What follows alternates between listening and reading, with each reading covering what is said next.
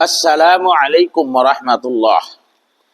প্রিয় দর্শক শ্রোতা বৃন্দ, যে সমস্ত মানুষ দুর্বল মন, সম্পদের দিক দিয়ে দুর্বল, ক্ষমতার দিক দিয়ে দুর্বল, টাকা পয়সার দিক দিয়েও দুর্বল, বন্ধু বান্ধবের দিক দিয়েও দুর্বল, এমন নিরহ মানুষের যদি কোনো সূত্র হয়, কোনো দুশ্মন যদি তার পিছনে লেগে যায়, এরকম ব্যক্তির জন্য অনেক শক্তিশালী ওজিফা আজ আলোচনা করব ইনশাআল্লাহ। এই ওজিফার বরকতে দুশ্মনের দুশ্মনী ধ্বংস হয়ে যাবে, অথবা দুশ্মন তার দুশ্মনী ছেড়ে অথবা মন থেকে শত্রুতা বাদ দিয়ে দিবে।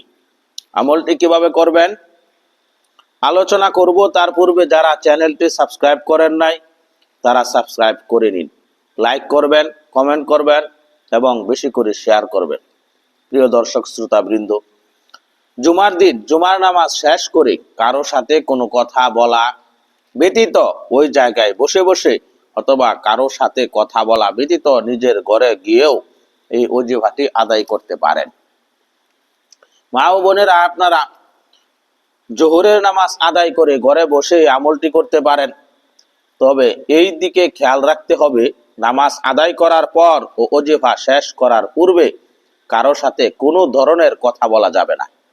ওজিফা শেষ করার পর আলাপ আলোচনা বা কথাবার্তা বলা যাবে।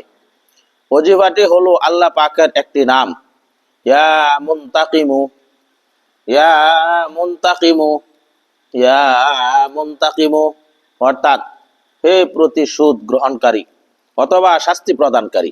আল্লাহ পাকের এই পবিত্র নামটি 313 বার পাঠ করবেন। শুরুতে এবং শেষে 3 বার করে দুরুদ ইব্রাহিম পাঠ করবেন, অথবা যে কোনো দুরুদও পড়তে পারেন।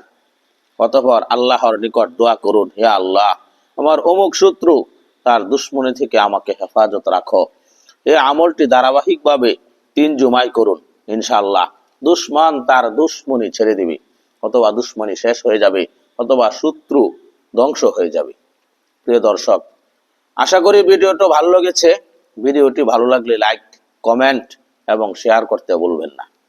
নিজে জানুন, অন্যকে জানার সুযোগ করে দিন। আল্লাহ তাআলা আমাদের সকলকে আমল করার তৌফিক দান করুন, আমিন।